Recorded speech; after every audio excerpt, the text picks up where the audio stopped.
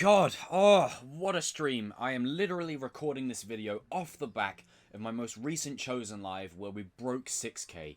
I cannot thank you all more than enough. And the reason I keep bringing this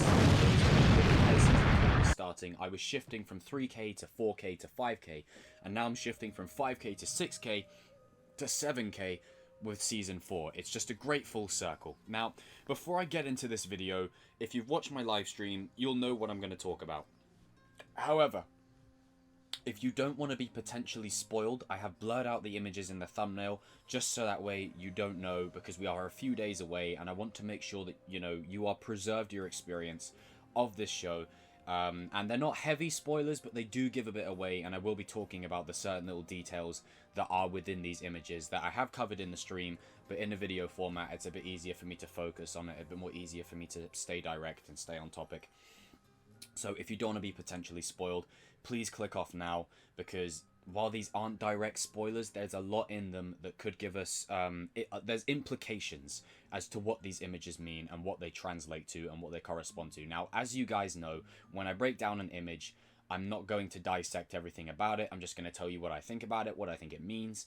And there are a couple of the images that I will just be glossing over because they don't really have much for me to say about them other than what is in front of us, kind of thing. But without any further ado, we're going to get into the first image. So this is your potential spoiler warning. If you do not want to be potentially spoiled, then click off now. And the only reason I'm covering it is because, you know, it's too late now. I've already seen it. And as a creator, there's that expectation that people want me to talk about it and they want to hear my thoughts and commentary. So if you don't want to know, click off now. If you want to know, or if you already know and you want to see me talk about it a little bit more, you're in the right place. Road to 7k begins, baby. All right, now, the first image that we get, the first image is Johnny and Daniel standing side by side. Johnny with his eagle fangi and Daniel in his Miyagi-Do attire. Now, there's not much I can say about this scene other than it really gives me a sense of togetherness. These two are on the same page, and this is going to be far removed from where they start the season with. Now, I know people are getting to see episode 1 early, and just think about, in that episode, you're going to have Daniel and Johnny bickering like a married couple, and this image here is from a time when they are on the same page, they are unanimous, they are in sync, and they know what needs to be done, and they know what they have to do. Now, to the next image. The next image, as I said in the stream, goes all the way back to Season 1. When Johnny was opening Cobra Kai, he was reopening it, and he was going around advertising it, you know, trying to get students to join by handing out posters and leaflets and whatever. And he's doing the same thing again, but this time for Eagle Fang Karate. And I'll talk about why this is a little... Actually, you know what? I don't need to do that. If you're this far into the video, you know what I mean. It's a great full circle for Johnny's character, where he started out in Season 1 saying there are no girls in Cobra Kai, and he's literally going to a bunch of girls to say, hey, join Eagle Fang Karate, we need you. I like the poster. It's very resemblant of the Cobra Kai one, but it almost feels like Dimitri's kind of had a hand in designing it, or Eli, like they've done some kind of like jazz to it. Unless Johnny designed it. That would actually be pretty interesting, Johnny designing his own leaflets. But it appears that this is where Johnny is recruiting, and if I was to be a betting man, I would say this particular moment is going to be a montage where you see Johnny, Daniel, Kreese, and Silver, Robby, and whoever all going around recruiting. And I think maybe that adds a bit more weight to Hawk, Robby, and Kenny, because maybe Hawk and Robby were both trying to recruit Kenny into the fold, and Robby was more successful. Maybe it could be something like that. But Johnny, in this instance, he's going on the recruiting spree. He's trying to gather soldiers. This is all-out war. Next image. The next image, I absolutely freaking love. I love this image. You have a Lawrence and a LaRusso bowing to a LaRusso. It's just a great full circle and everything. It brings a lot of things full circle. And it just pays off character arcs. You know, not only is Sam the GOAT, but again, Johnny and Daniel are standing in sync. They're unanimous. They're on the same page. And even though they have separate dojos, they're together. They're in sync here.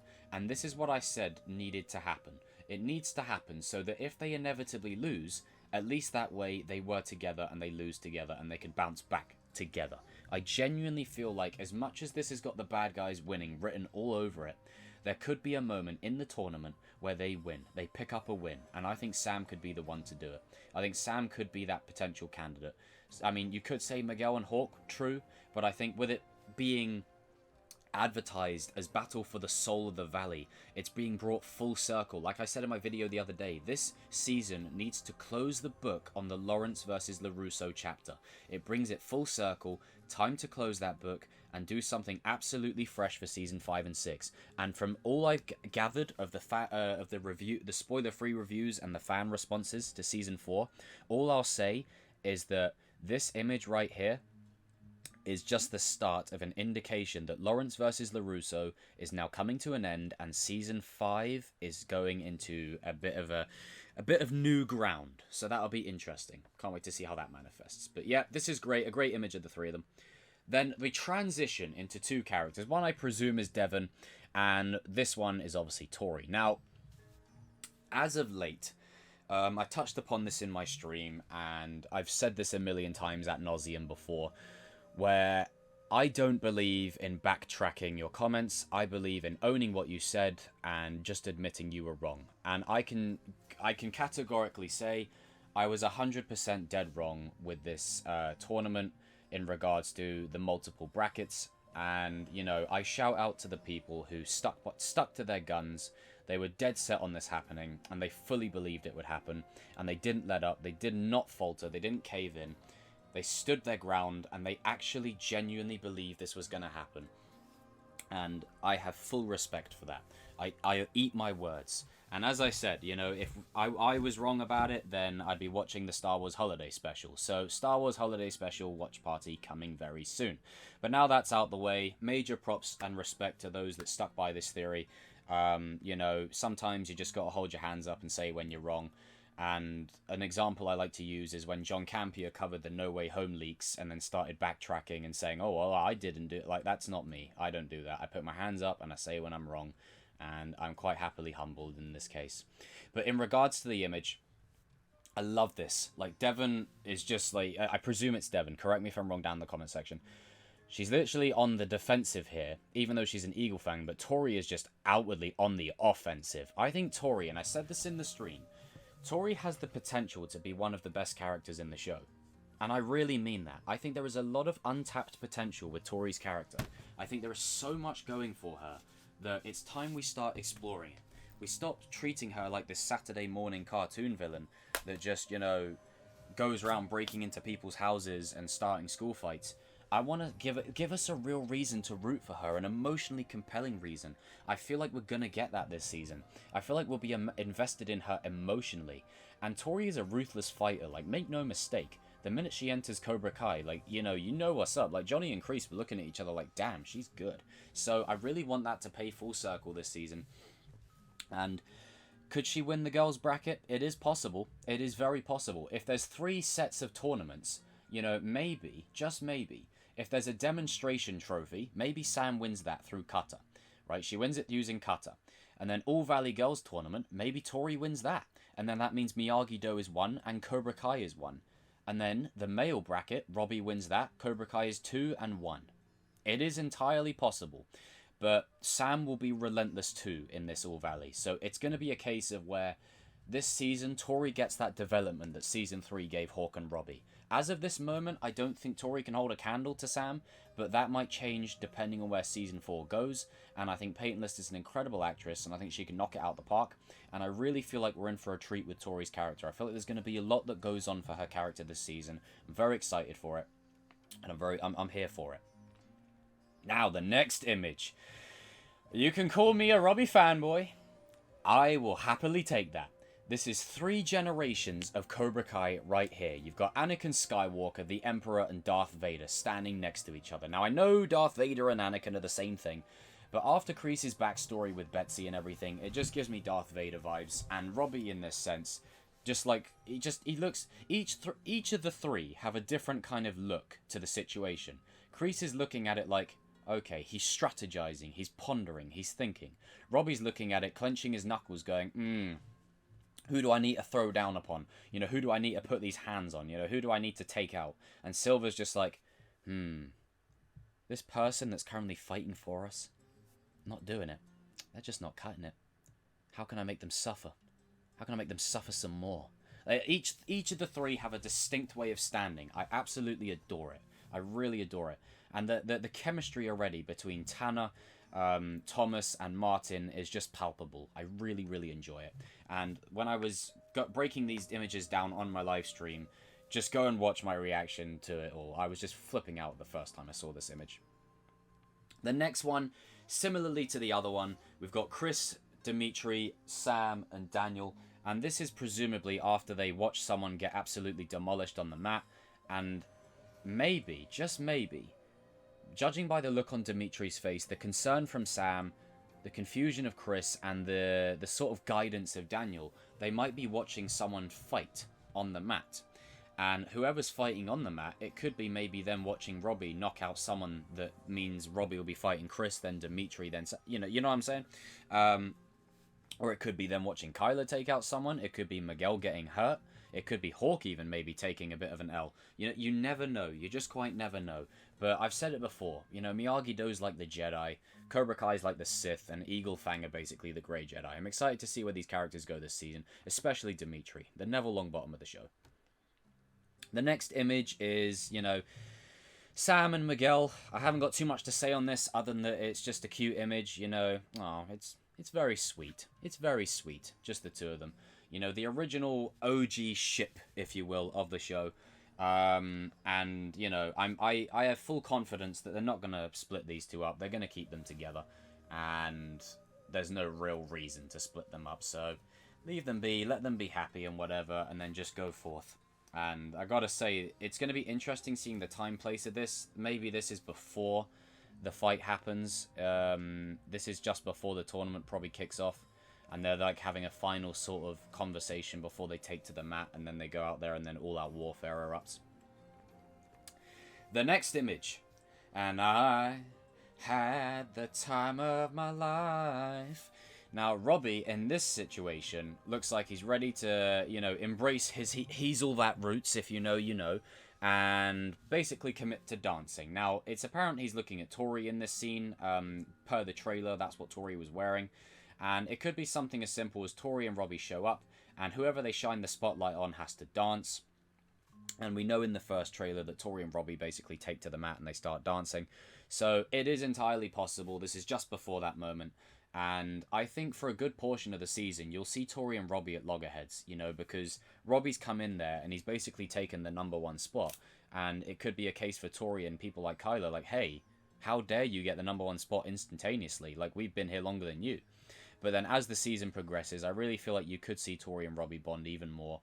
The scenes that they had in Season 3, the exchanges that they had, the scenes of dialogue where Tori's just talking and Robby's just listening are so powerful. And I know people don't want this to happen because it's a rebound relationship and all that kind of jazz.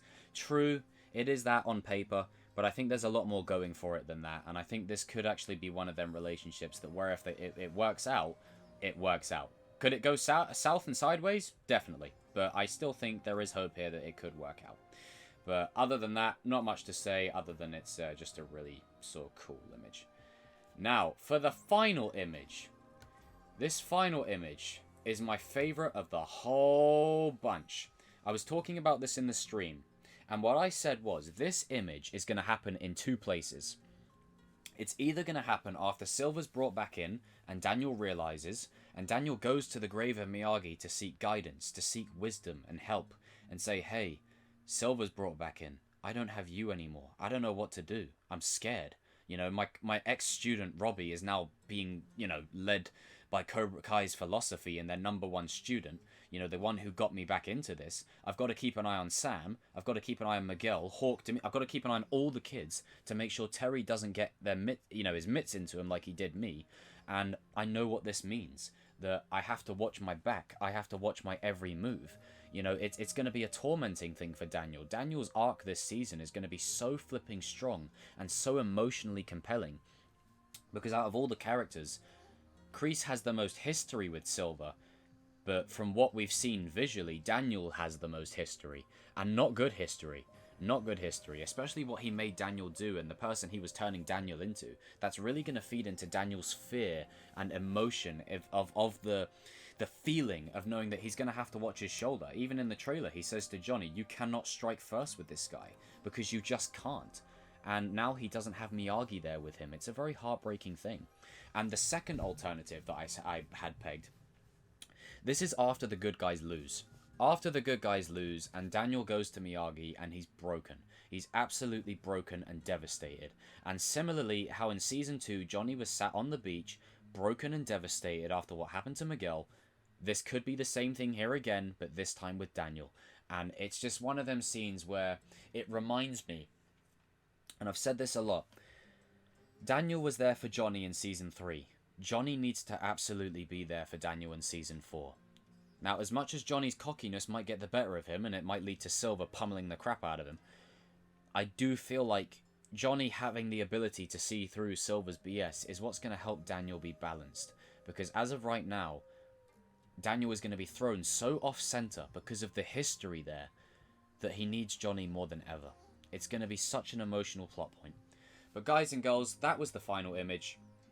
I want to thank everyone once again for making 6K possible. We've hit 6K over here, and I'm going to hit 7K. 7K is the next flipping target.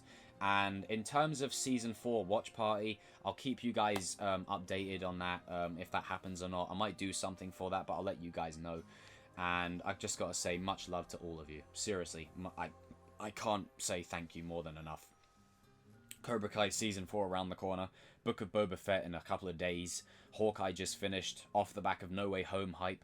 Like, it's a great time to be invested in pop culture right now. It really is.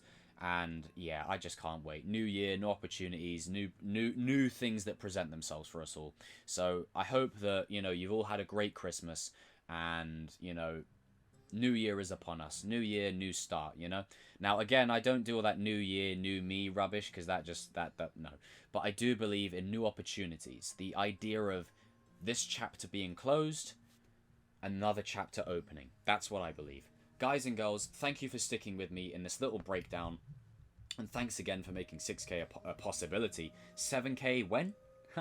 And for the tagline to end off on this lovely breakdown, it's tough because this breakdown features so many characters, but I'm just going to say a silver line. You just don't want to admit there's always been a little Cobra Kai in you. Rock of Ages!